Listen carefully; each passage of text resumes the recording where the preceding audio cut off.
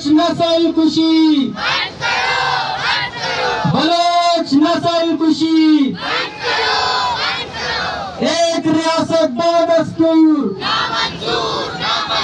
एक रियासत दो दस्तूर, एक रियासत दो दस्तूर,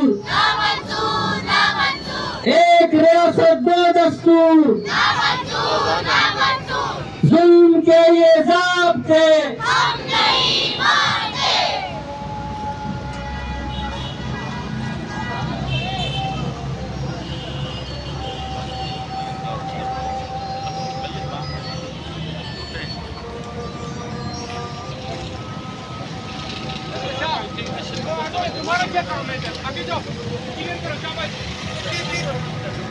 इस वक्त हमारे साथ हमारे इस मजमूई और इज्तिमाई दर्द में शरीक हमारी वकला बरादरी भी है।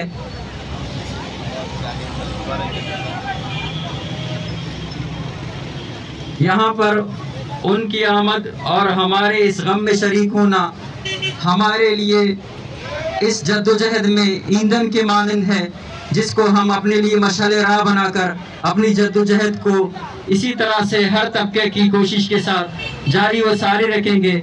मैं मलिर बार के जनरल सेक्रेटरी अयाज सांडियो से दरख्वास्त करता हूं कि वो आकर अपने ख्यालात का इजहार करें।